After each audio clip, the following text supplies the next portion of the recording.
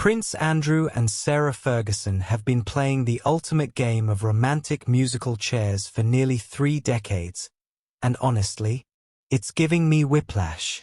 Today we're unpacking the absolute soap opera that is Andrew and Fergie's relationship status, and trust me, this story has more plot twists than a Netflix series written by someone having a complete breakdown. Welcome back to Royal Cookies, where we serve up the juiciest royal gossip with a side of heart-wrenching humanity. Please remember to subscribe and click on the notifications bell icon, so you will be notified whenever we upload new cookies about the British royal family. We're talking about 2 people who divorced in 1996. That's 28 years ago. Yet still live together like the world's most expensive flatmates. It's giving student accommodation vibes, but with tiaras and titles instead of instant noodles and regret. So here's where we stand in 2024, my lovely biscuits. Sarah Ferguson and Prince Andrew, who still share a luxury royal residence even 19 years after their shocking divorce, have fueled speculation of remarriage with their recent moves. Sorry, did I read that right? 19 years of post-divorce cohabitation? That's longer than some actual marriages. And get this, when journalists ask Fergie about remarriage, I get asked that all the time. We're happy with the way we are right now, thank you. Oh darling, that's giving Major its complicated Facebook status energy, isn't it?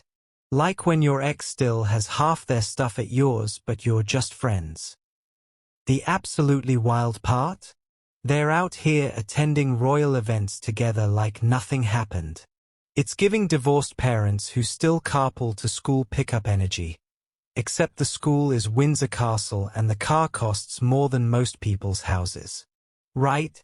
Let's rewind to 2000 because Prince Andrew basically gave us the quote of the century. "I don't rule remarriage out and I certainly don't rule it in," Andrew told Tatler. "If ever the opportunity arose, I do not know what I would do." Excuse me? Sir, that's not an answer.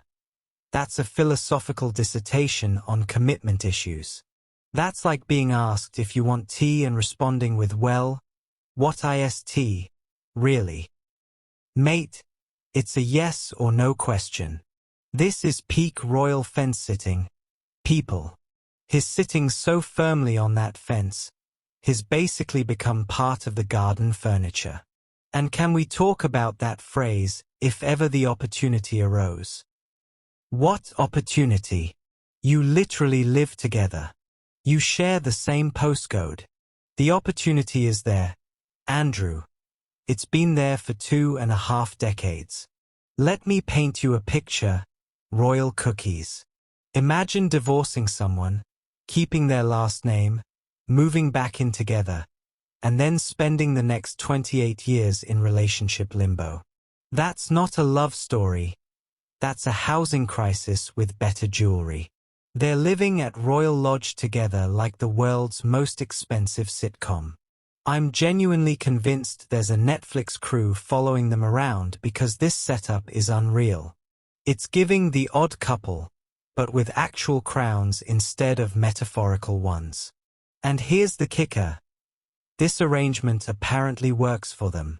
Their relationship improved with divorce, according to royal experts. Hold up.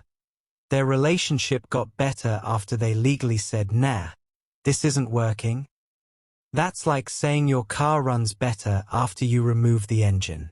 Now, the royal experts are having an absolute field day with this situation, and honestly, same. According to one royal expert, it's highly unlikely that the 2 of them will marry again in the future. Victoria Arbiter from GB News basically said their current setup suits them just fine. Thank you very much.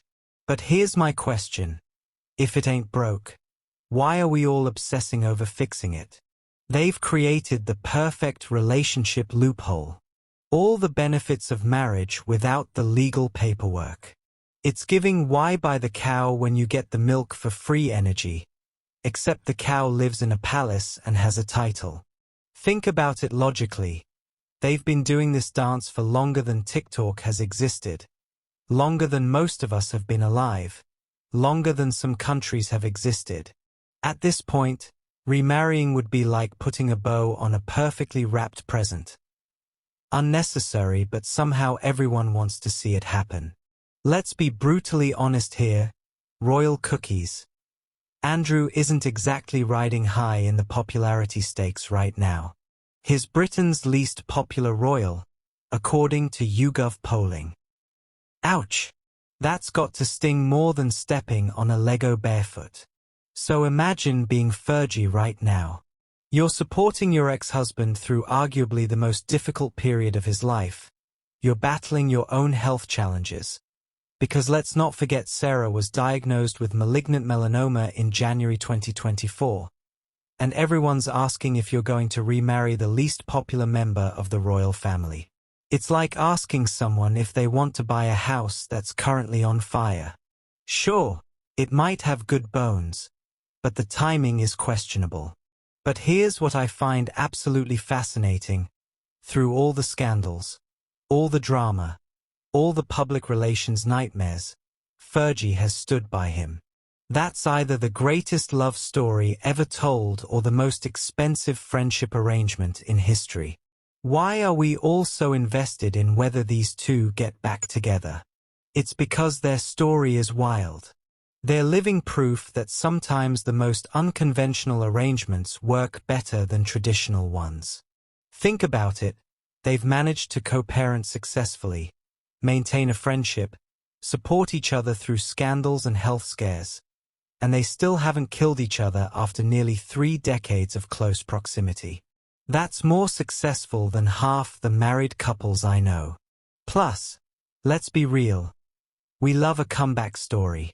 We love second chances.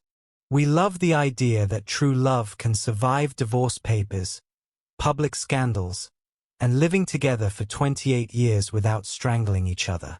They're giving us hope that maybe, just maybe, some relationships are strong enough to survive literally anything, including themselves. Why mess with a formula that's been successful for longer than most relationships last? They've figured out how to be there for each other without the legal complications. Drop your thoughts in the comments below. I want to know if you're Team Sophie or if you think I'm seeing green where there's just good fashion sense.